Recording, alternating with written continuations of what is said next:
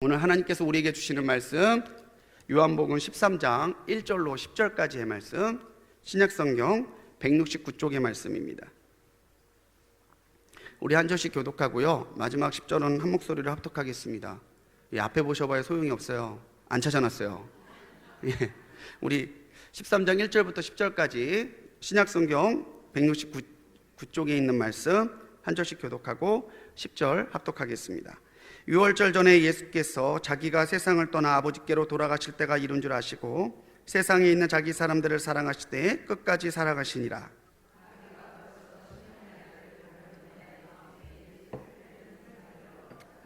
저녁 먹는 중 예수는 아버지께서 모든 것을 자기 손에 맡기신 것과 또 자기가 하나님께로 오셨다가 하나님께로 돌아가실 것을 아시고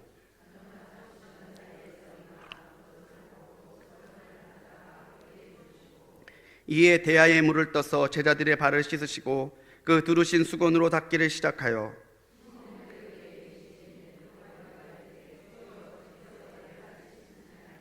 예수께서 대답하여 이르시되 내가 하는 것을 내가 지금은 알지 못하나 이후에는 알리라.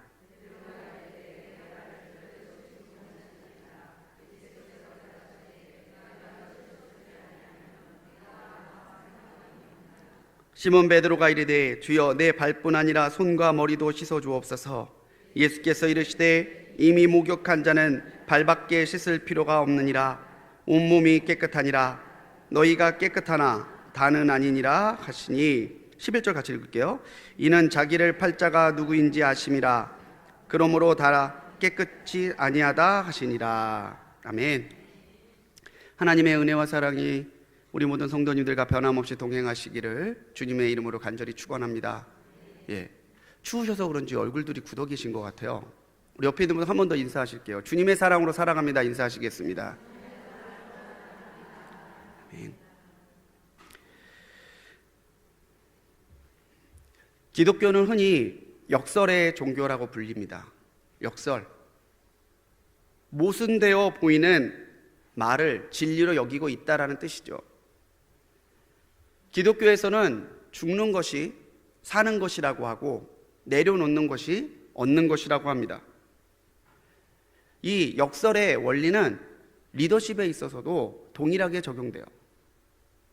세상은 지배하고 가지고 올라서야 리더라고 이야기합니다. 그런데 주님은 오히려 낮아지고 섬겨야 그것이 리더라고 이야기합니다. 교보문고나 영풍문고 같이 큰 서점에 가면 리더십에 관한 책들이 정말 한 부스를 다 차지하고 있어요.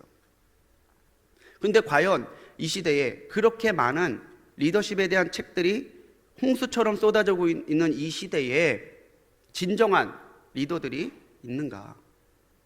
과연 얼마나 진실한 리더들이 지금 우리 사회에 있는가를 돌아보면 쉽게 대답을 내릴 수가 없습니다. 서로 올라서려 하고 서로 지배하려 하고 서로 높아지려고만 하니 리더가 될 수는 없고 경쟁자만 있는 것이죠.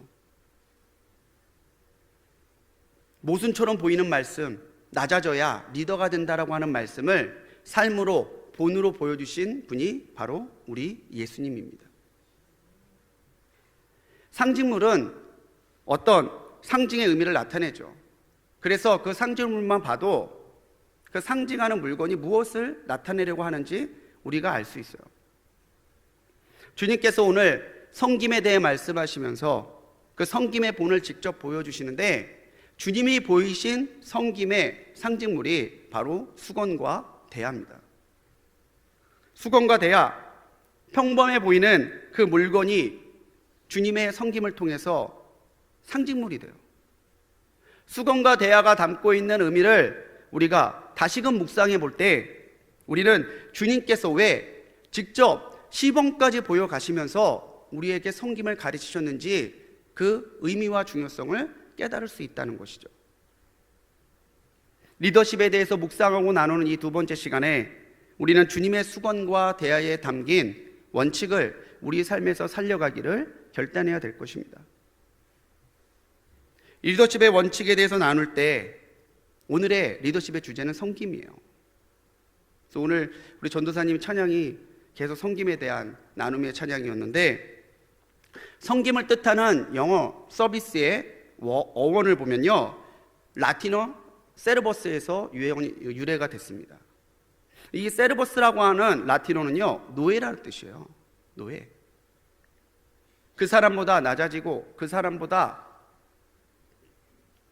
높이는 그런 마음이 없고서는, 노예처럼 섬기는 마음이 없고서는 결코 할 수 없는 것, 그게 서비스 섬김이에요.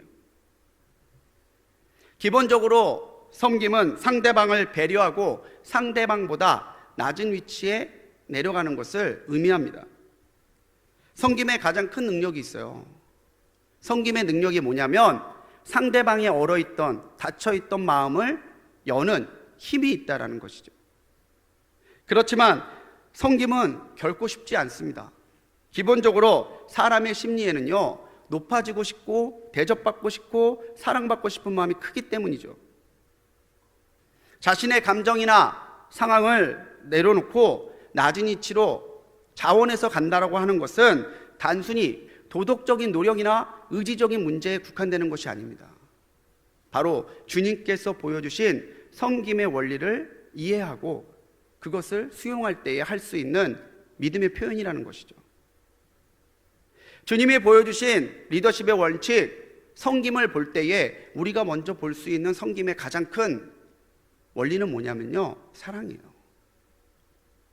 주님이 보여주셨던 섬김, 죽기까지 우리를 사랑하셨던 그 사랑의 가장 큰 이유, 그게 사랑이에요. 사랑. 1절 말씀입니다. 유월절 전에 예수께서 자기가 세상을 떠나 아버지께로 돌아가실 때가 이른 줄을 아시고 세상에 있는 자기 사람들을 사랑하시되 끝까지 사랑하시니라. 저는 13장 1절을 묵상할 때마다 가슴이 뭉클해요. 끝까지 사랑하시는. 잠시 사랑할 수 있습니다. 한두 번 사랑하는 거 할 수 있습니다. 그런데 끝까지 사랑하는 거 정말 힘들고 어렵습니다. 그런데 주님이 나를 끝까지 사랑하고 계시다는 거예요. 오늘 이 자리에 계신 분들 가운데 주님의 사랑이 필요하신 분들이 있습니다. 주님의 위로가 필요하신 분들이 있고 주님의 기적이 필요하신 분들이 있어요. 근데 그때에 우리가 주님 앞에 쓸 때 우리가 가져야 될 마음가짐은 주님이 나를 사랑하시되 끝까지 사랑하신다는 거예요. 왜 오늘 요한은 세족에 대한 이야기를 쓰면서 이것을 1절에 가장 먼저 나타내고 있을까? 이 모든 일들, 주님의 모든 사역들을 가능하게 하는 그 힘이 사랑에 있다는 것을 강조하기 위함이라는 거예요. 제자들의 발을 닦아주신 모든 일의 이유, 요한은 너무나 명확하게 제시하고 있죠. 오직 사랑, 그것도 끝까지 사랑하는 가슴 시린 사랑이에요.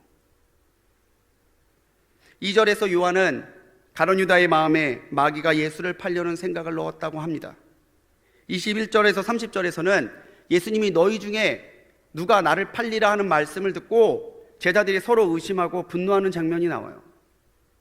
38절에서는요, 예수님이 베드로에게 말씀하시면서 내가 체포될 때 네가 나를 3번이나 부인하게 될 것을 미리 예언하시는 것도 나와요.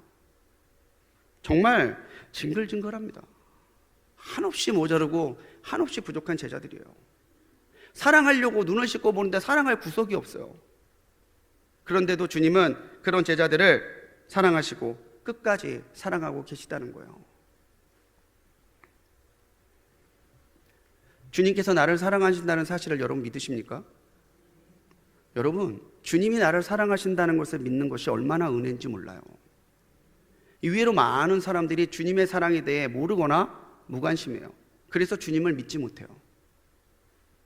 하지만 주님의 사랑을 알고 믿는 사람들은 그 사랑 때문에 주님을 믿고 주님을 더 깊이 사랑하고자 노력한다는 것이죠. 몇 해 전에 목회자 세미나에 참석한 적이 있습니다. 그날 강사 목사님이 자기 간증을 좀 하시는데요, 자기 아버님도 목사님이셨대요. 그런데 그 목회하는 게 너무 싫더라는 거죠. 성도의 일에는 늘 발벗고 나서는데 자기의 일은 제대로 챙기는 것이 없대요. 성도들에게 할 말도 제대로 못하고 항변조차 하지 못하는 모습이 너무 바보 같아갖고 나는 진짜 죽어도 나는 목사 안 하겠다고. 근데 참 하나님은 죽어도 안 하겠다면 죽어도 시키세요. 하나님과 팽팽한 줄다리기를 계속하다가 결국 하나님께 순복하고 목회자가 돼서 목회를 하게 됐는데, 자기가 목회를 해보니까 알겠더래요. 아버지가 바보 같았던 게 아니고 쩔쩔매면서 말 한마디 못했던 그런 천치가 아니고, 아버지는 사랑하셨던 거구나. 그걸 자기가 목회를 보니 알겠더래요. 사랑하니까 그 사람의 부족함도 받아주고, 사랑하니까 말이 안 되는 이야기를 해도 들어주고, 사랑하니까 자기가 잘못한 것이 없는데도 사과하고, 아버지의 목회가 바보 같고 천치 같았던 것이 아니라 아버지의 목회가 사랑하는 것이었다는 것을 자기가 목회를 해보니 알겠더라고. 그렇게 간증을 하시더라고요. 그 간증을 듣고 제가 결심했어요. 내가 능력 많은 목사는 못 되더라도 사랑 많은 목사는 돼야 되겠구나. 그걸 결심했어요. 여러분, 사랑합니다. 진심이에요. 그 결단을 품고 다 같이 합심 기도하는데 그렇게 기도했어요. 하나님, 내가 능력 많은 목사는 못 되더라도 사랑 많은 목사는 되게 해주십시오. 근데 그렇게 기도하는데 한 가지의 감동이 심령에 들어요. 그게 뭐냐면 사랑이 능력이다. 저는 그 감동이 지금도 생생합니다. 사랑이 능력이다. 수건과 대야로 제자들의 발을 씻기셨던 주님의 그 섬김, 주님께서는 그 섬김을 통해서 누가 주님께 큰 자로 인정받는지를 분명하게 보여주셨어요. 바로 섬기는 자, 사랑하는 자라는 것이죠. 우리에게 섬김을 말씀하실 때, 주님께서 너희에게 섬기라 라고 말씀하실 때에 주님께서 섬기라고 하시는 말씀은 일하라는 뜻이 아닙니다. 사랑하라는 뜻입니다.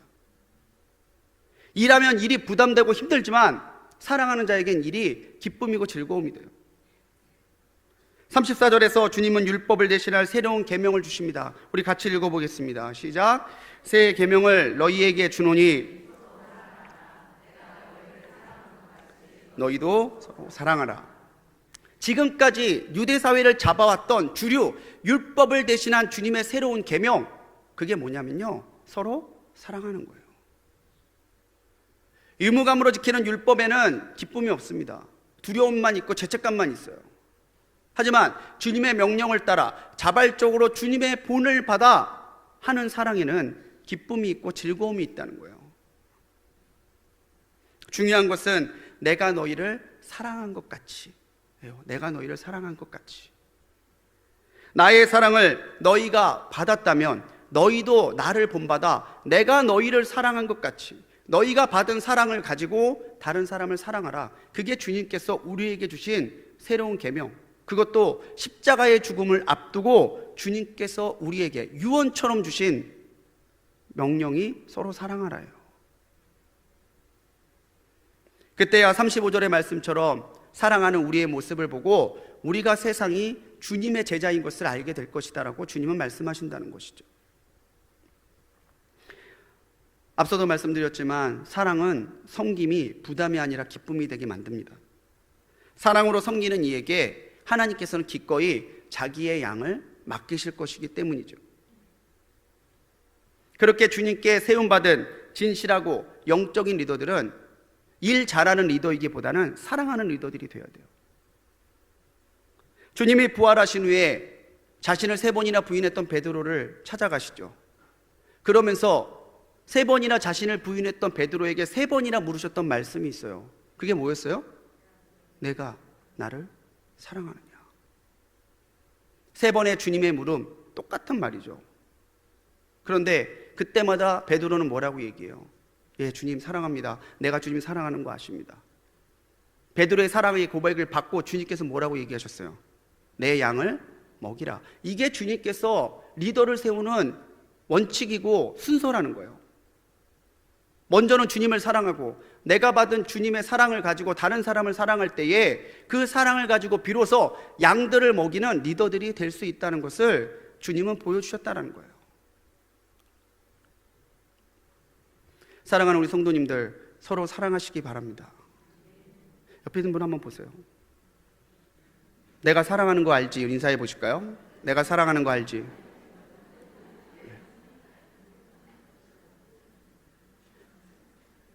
사랑하지 않았으면 여러분 옆에 앉아있지도 않습니다.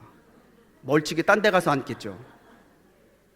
내 옆에 앉아준 것만 해도 이 사람이 나를 사랑하는 게 느껴지잖아요. 우리가 사랑으로 수건을 두르고 우리가 사랑으로 대화를 들 때 우리를 통해 그리스도의 사랑의 역사가 우리 가운데 일어날 것을 확신하시기 바랍니다. 그 사랑의 섬김을 통해서 교회가 세워지고 영혼이 회복되고 기적이 일어날 거예요. 우리가 육신의 눈으로 한 번도 주님을 본 적이 없습니다. 그런데도 주님의 살아계심을 믿고 주님이 나를 사랑하신다라고 고백해요. 왜요? 사랑은 배우는 게 아니고 느끼는 거거든요.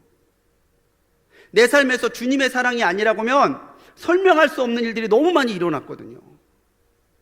주님이 나를 이렇게 사랑하시니 내게 이렇게 역사하셨지. 주님의 사랑의 역사를 보고 우리는 주님이 살아계신 것과 주님이 변함없이 끝까지 나를 사랑하시는 분이시라는 것을 믿음으로 오늘도 바라보고 살고 있는 거잖아요. 주님이 살아계십니까? 안 살아계십니까? 무엇으로 주님의 살아계심을 확신하십니까?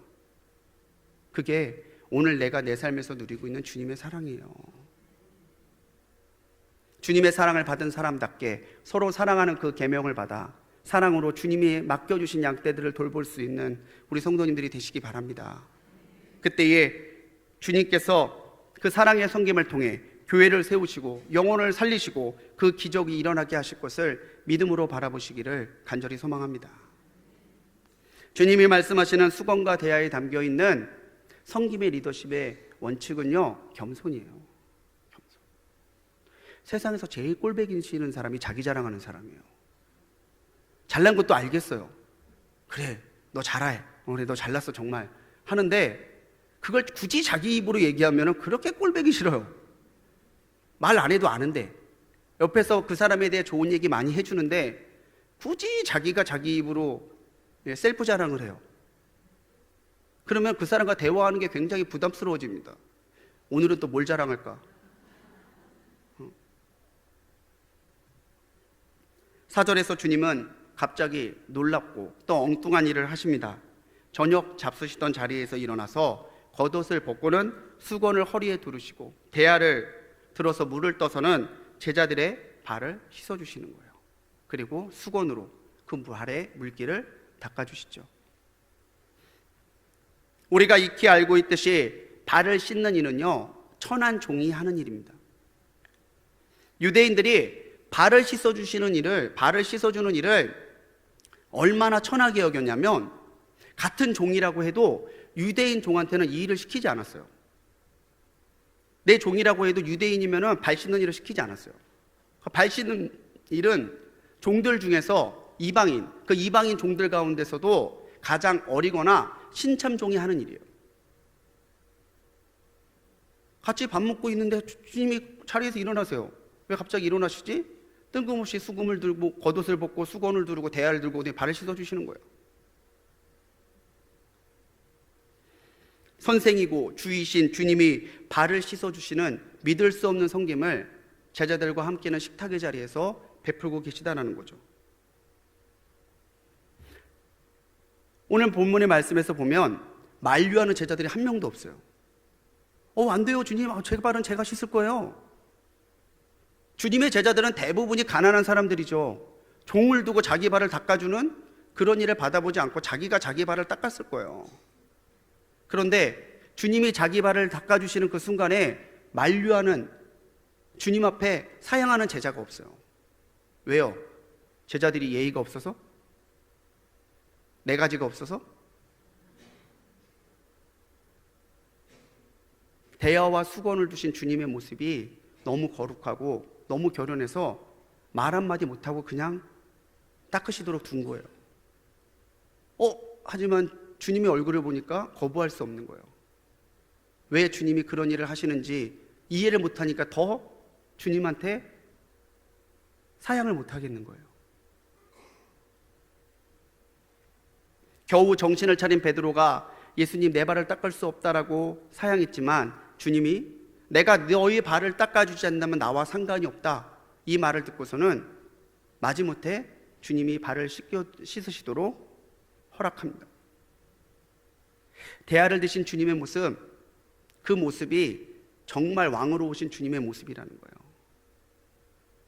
주장하고 지배하고 군림하는 그런 왕의 모습이 아니라 겸손하게 대야와 수건을 들고 발을 씻으시러 오신 분, 그분이 진짜 우리의 왕이신 주님의 모습이었다는 것이죠. 대야를 드신 주님의 모습은 그야말로 겸손을 나타냅니다. 주님의 섬김은 겸손한 자만이 할 수 있다는 것을 우리에게 분명하게 보여주신 일이라는 거예요. 대야를 든 사람은요, 무릎을 꿇어야 돼요. 그리고 먼지가 잔뜩 묻은 발을 어루만져 닦아야 돼요. 발을 닦아주신 제자들에게 주님은 14절로 15절에서 말씀하십니다. 같이 읽겠습니다. 내가 주와 또는 선생이 돼 너희 발을 씻었으니 너희도 서로 발을 씻어주는 것이 옳으니라. 내가 너희에게 행한 것 같이 너희도 행하게 하려 하여 본을 보였노라. 주님이 왜 발을 씻기는 본을 보여주셨는지 분명하게 얘기하시죠. 너희도 서로 발을 씻어주는 것이 옳으니라. 이것이 주님이 말씀하신 제자의 모습이고, 이것이 주님의 일을 감당하기 위해 세움받은 리더에게서 주님께서 찾으시는 덕목입니다. 주님은 자신이 들고 계신 대야와 같은 삶을 사셨어요. 대야는 사람을 가리지 않습니다. 먼지가 묻고 오물이 묻고 자신에게 담겨있던 깨끗한 물이 부적물이 되어도 자신의 몸 안에 들어오는 그것은 발이라 할지라도 깨끗이 닦아냅니다. 겸손이란 단순하게 자기를 부인하고 자기를 낮추는 것에서 멈추는 게 아니에요. 너는 부족해요. 내가 이것을 감당할 사람이 아니에요.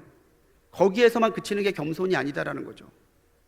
주님이 원하시는 겸손은 자기를 낮춤에서 시작돼서 주님이 그렇게 하셨던 것처럼 부족한 이들을 받아주는 데까지 나가야 그것이 진짜 겸손이라는 거예요.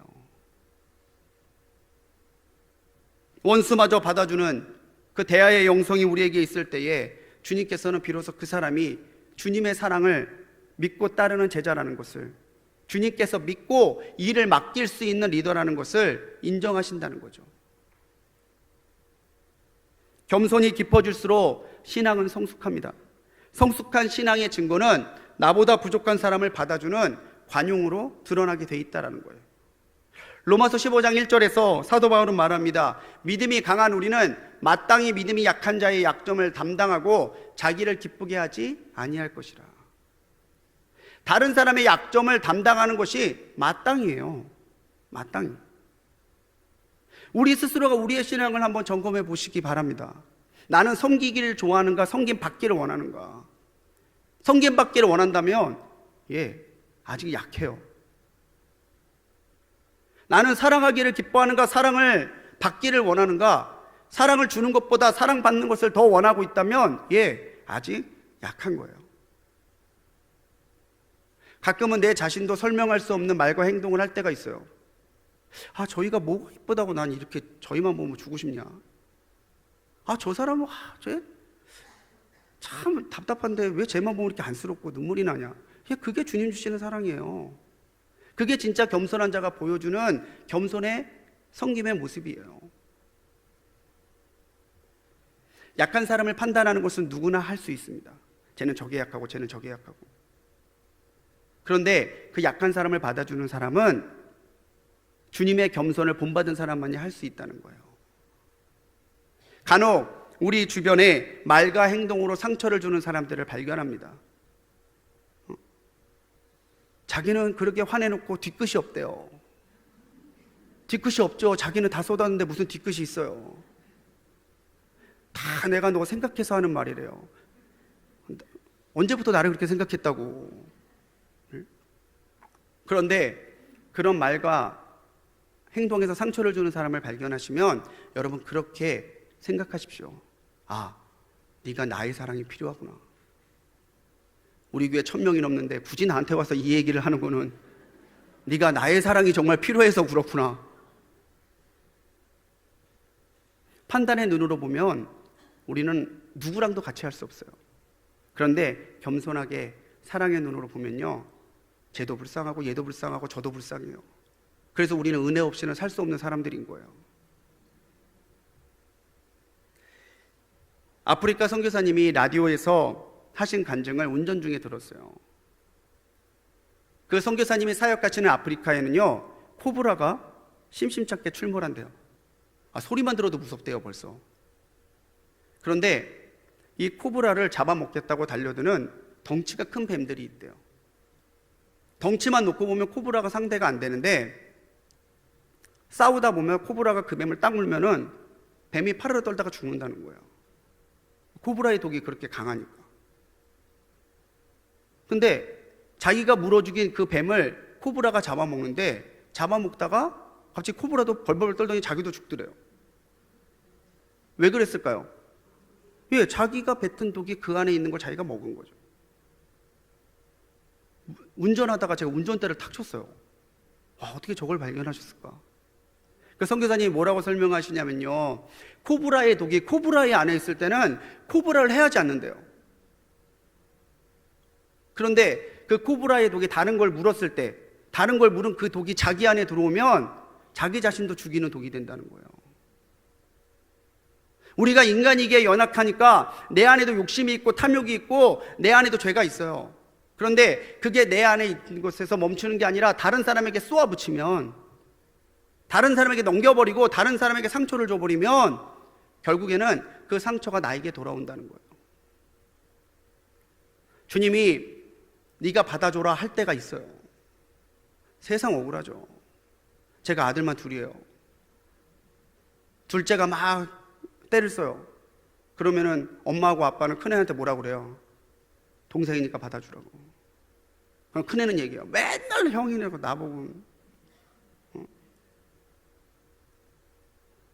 주님이 그럴 때가 있어요. 네가 받아줘라. 야, 네가 그냥 좀 참아줘라. 근데 그것이 바로 주님께서 우리가 겸손의 자리에 내려가기를 원하시는 거예요. 근데 결국 그게 누구를 위해서 받아주라고 하시는 걸 것 같아요? 나를 공격하고 나를 아프게 하는 사람 받아주는 그 사람 때문에 주님이 받아주라는 게 아니죠. 네가 그렇게 함으로 나의 겸손의 위치에 너도 내려올 수 있겠구나. 주님이 나 때문에 겸손의 자리를 요구하시는 거예요. 내 안에 거친 말과 분노를 다른 이에게 쏟으면 그로 인해 오히려 내 영혼은 거칠어지고 다른 이를 사랑할 수 없습니다. 그렇지만 겸손하게 주님처럼 주님의 겸손함을 배우고 닮으면 주님이 왜 기쁨으로 그 일을 감당하셨는지 주님의 기쁨을 이해할 수 있게 된다는 거예요. 우리 뿌리반 주말 수양회에서 은혜로운 순서 중에 하나가 발을 씻어주는 세족식이에요. 세족식 때 우리 성기미와 도우미로 올라가신 성도님들이 기꺼이 주님의 겸손을 본받아 세 가족 앞에 무릎을 꿇습니다. 똑같이 대야와 수건을 들고 그 앞에 무릎을 꿇어요. 지금까지 그 일을 감당하면서 굴욕스러워요, 수치스러워서 도저히 못하겠어요 라고 말한 성기미와 도우미를 저는 한 번도 못 봤어요.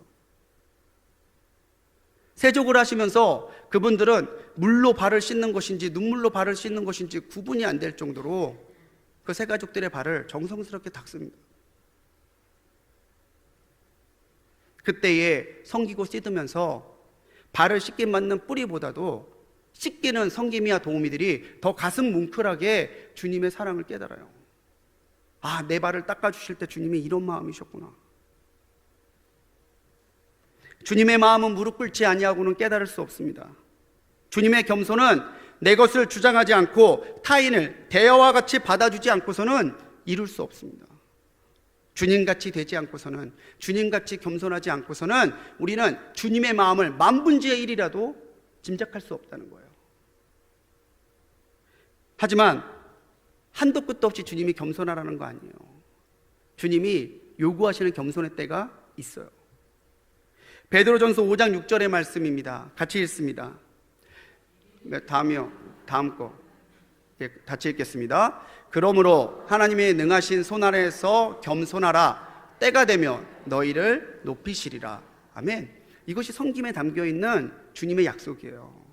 섬기는 자가 수치만 당하고 참기만 하고 속병 다 들고 화병으로 죽고 이런 게 아니라 지금은 그렇죠. 그런데 때가 되면 주님이 그 겸손을 택한 자를 높이실 때가 있다라는 거죠.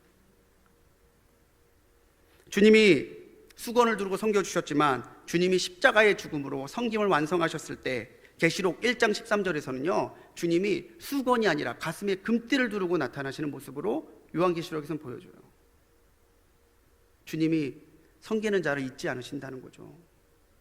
당신의 그 섬김이 천국에서 해같이 빛나리. 그게 진짜 주님께서 우리에게 주신 약속이에요. 주님의 겸손을 본받는 성도님들이 되시기 바랍니다. 주님이 리더가 되라고 하는 말은 지배하고 군림하고 인정받으라는 거 아니에요. 우리 속회는 이렇게 해. 속장님 그게 어디 감히 이것이 카리스마 그렇게 하시면 안 된다는 거죠. 우리의 카리스마 우리의 은사는요 섬김이에요. 섬기는 인도자와 속장에는요 탐복하고 따르는 속회원들이 생길 수밖에 없어요. 우리가 겸손으로 다른 이들을 받아주고 겸손으로 주님을 닮아갈 때 우리의 섬김의 영성이 빛을 발할 때 겸손으로 주님의 높이시는 역사가 나타나고 그 겸손으로 새롭게 태어나는 영혼들이 있을 것을 믿음으로 바라보시기 바랍니다. 주님이 섬김의 리더십에 대해 말씀하실 때에 대화와 수건으로 보여주신 것은 정결함이에요. 오늘 요한복음에는요 특이한 점이 하나 있습니다. 그게 뭐냐면 앞서 마태, 마가, 누가 소위 공관복음이라 불리는 세 개의 이 공관복음서에는 예수님의 성만찬 마지막 최후의 만찬이 나와 있지만 발을 씻어주는 세족의 이야기가 없어요. 근데 오늘 요한복음에는 반대로 발을 씻어주는 세족의 이야기는 있는데 주님이 살과 피를 내어주신 최후의 만찬에 대한 기록이 없어요. 요한복음은 제일 나중에 쓰여진 복음서입니다. 이 네 개의 복음서 중에 제일 나중에 쓰여졌을 것이다라고 추정이 돼요. 그렇기 때문에 요한이 복음서를 쓸 때에 이미 교회에서는 주님의 피와 살을 기념하고 감사하는 성만찬은 자리를 잡고 있었을 거라는 거죠. 다 아는 이야기 쓰기보다 그래 우리가 주님의 피와 살을 받았는데 그러면 이제 우리는 어떻게 해야 될까? 이거를 요한이 말하고 싶었다는 거예요. 주님이 사랑하신 것처럼 사랑하고 주님이 본을 보이셨던 것처럼 겸손한 것이 제자라고 앞서 말했다면 요한이 수건과 대하의 이 모습을 통해서 이 상징을 통해서 더 강조하고 싶은 것은요 주님이 사용하시는 리더는 정결한 리더라는 거예요. 9절에서 베드로가 발이 아니라 손과 머리도 씻어 주옵소서 라고 말해요.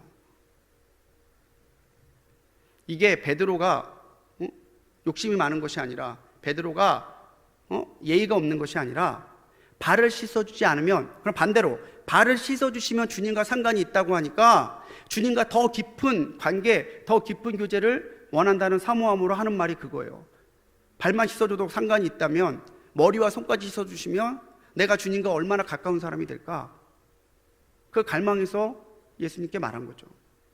근데 예수님이 10절에서 말씀하시죠. 이미 목욕한 자는 발밖에 씻을 필요가 없다. 주님이 이미 제자들이 목욕한 자라고 말하는 것은 제자들이 주님을 공성의 시간 동안에 따라다니면서 주님께 가르침을 받고 사랑을 받고 또 주님이 보여주시는 이적들을 행했잖아요.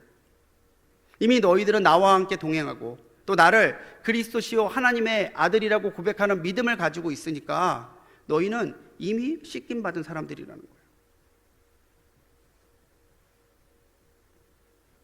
그럼에도 불구하고 주님이 발을 씻는 것은 우리에게도 남겨진 정결의 분량이 있다는 거죠.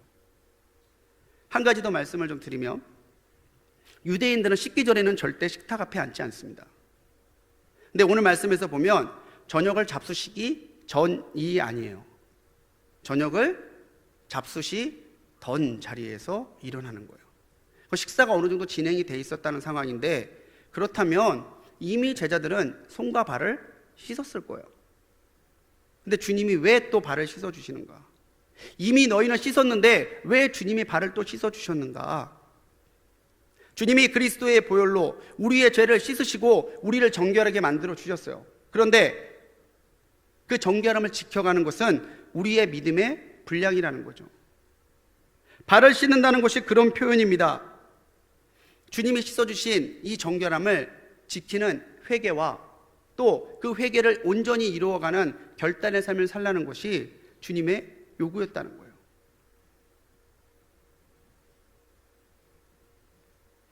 온몸의 정결함이 주님의 보혈로 죄사함을 의미한다면 발을 씻는 것은 믿음으로 주님을 닮아가는 것, 주님이 내게 목숨으로 주신 이 정결함의 은혜를 끝까지 지켜가는 결단과 정결함의 삶이 주님의 일을 감당하는 리더들에게는 요구된다라는 것이죠.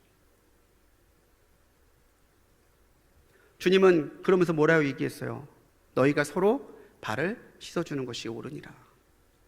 주님이 수건과 대야로 씻어주셔서 정결하게 하신 것을 나 혼자만 지키는 것이 아니라 서로가 서로의 발을 씻어주는 그 섬김과 공동체적인 하나된 그런 마음과 믿음을 통해서 서로가 서로의 신앙을 붙들어주는 하나가 되어야 된다는 것을 주님은 말씀해 주시는 거예요.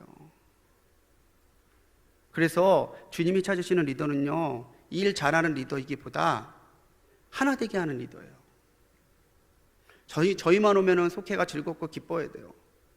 나 없으니까 심심했지. 자기 어디 갔다 왔어? 그런 사람이 돼야 된다는 거죠. 왔다. 쉿. 심각한 거예요. 우리 인도자님만, 우리 속장님만 오면, 우리 선교회장님만 오면, 우리 권사님, 집사님, 장로님만 오면 얻은 자리가 밝아져요. 기뻐져요. 행복해져요.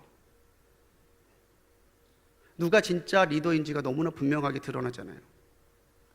서로와 함께 발을 씻어주는 하나됨과 서로가 서로의 발을 씻어주는 섬김이 있는 곳에 반드시 주님의 기쁨이 있어요. 서로가 서로의 발을 씻겨주는 성화의 공동체, 서로가 서로의 든든한 후원자가 되어주는 하나됨의 공동체가 주님이 기뻐하시는 건강한 교회라는 거예요. 그리고 그 일을 위해서 주님께서 나를 부르셨다라는 거죠. 주님은 바리새인들과 서기관들에게 화 있을 진저라고 책망하셨어요. 왜 주님이 서기관들을 책망하셨을까요? 겉으로 보기에는 하얗게 회를 칠한 것처럼 아름다워요. 그런데 그 속에는 온갖 욕망과 탐욕과 그럼에도 불구하고 하나님 앞에 회개하지 않는 더러운 것이 가득하니까요. 회칠한 무덤과 같기 때문에 주님께서 바리새인들을 책망하셨다는 거죠. 겉으로 보기에 정결해 보일 수 있어요. 꾸미는 거 요즘에 얼마나 잘 나오는데요. 어떤 집에는 딸이 얼마나 열심히 꾸미고 다녔는지 딸이 하나인데 동네 사람들은 딸이 둘인 줄 알았대요.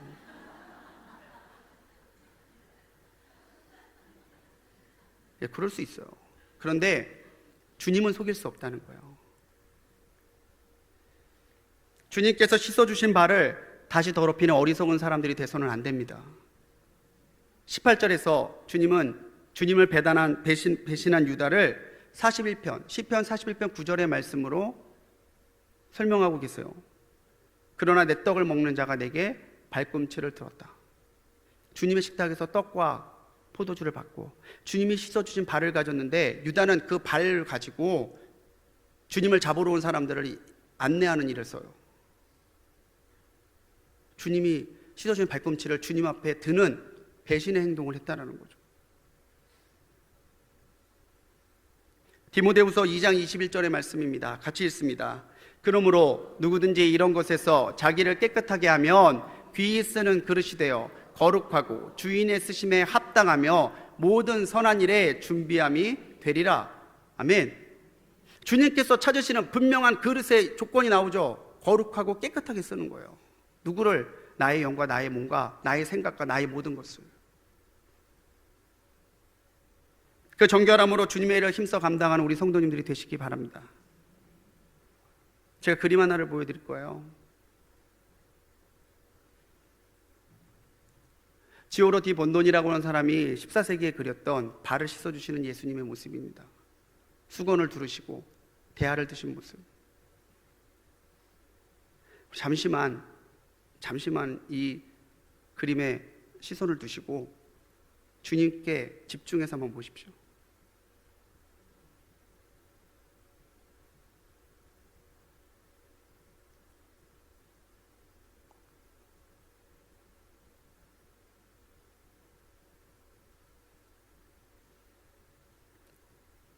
우리 손에 들고 있는 권력을 내려놔야 됩니다. 높아지고자 하는 교만을 내려놓아야 됩니다. 회개하지 못하고 정결함에서 멀어져 있는 우리의 누더기진 옷을 벗어버려야 됩니다. 그래야 주님의 정결함을 지킬 수 있고 서로 발을 씻어주는 낮은 자리에 그곳에서 오히려 주님의 일을 충실되게 감당하는 주님의 참 리더들이 될 수 있다는 것이죠. 한 해가 마무리되어 갑니다. 2주 후면요, 많은 이들이 성김과 거룩함으로 세워졌던 우리 불꽃교회가 창립기념주일을 맞아요. 오늘 우리 교회가 여기까지 이어질 수 있었던 건 인정받으려고 하고 높아지려고 했던 사람들 때문이 아니잖아요. 낮아지려 하고 썩어지려 하고 섬겼던 사람들 때문에 여기까지 온 거예요. 연말입니다. 이제 더 건강하고 거룩한 교회를 이루어가야 될 믿음의 리더들을 세우고 또 그들의 헌신을 통해서 더 건강하고 더 거룩한 불꽃교회를 우리의 다음 세대들에게 물려주어야 할 때입니다. 이 거룩한 섬김에 여러분들을 초청합니다. 허리에 수건을 두르시고 대야를 드시고 함께 동참해 주십시오. 우리 서로 사랑했으면 좋겠습니다. 우리 서로 함께 섬겼으면 좋겠습니다. 우리 서로 함께 거룩해졌으면 좋겠습니다. 헨리 나우인이라고 하는 분이 쓴 책 예수님의 이름으로 라는 책에서요, 그런 말이 나와요. 교회의 비극은 사랑 대신 힘을, 십자가 대신 지배를 인도받기보다는 인도하려는 유혹이었습니다. 이 유혹을 끝까지 이겨내어 우리에게 소망을 주는 사람이야말로 진정한 성도입니다. 힘과 지배가 아닌 무력과 겸손의 리더십입니다. 이것이 예수님의 이름으로 살아가는, 예수님의 이름으로 기도하는 성도들이 추구해야 될 진짜 리더십의 모습이라는 거죠. 이 시간 주님의 분명한 음성을 들어보며 마치려고 합니다. 우리 같이 요한복음 13장 15절과 17절의 말씀, 주님의 음성을 듣는다는 마음으로 같이 읽겠습니다. 내가 너희에게 행한 것 같이 너희도 행하게 하려 하여 본을 보였노라. 너희가 이것을 알고 행하면 복이 있으리라. 아멘. 기도하시겠습니다.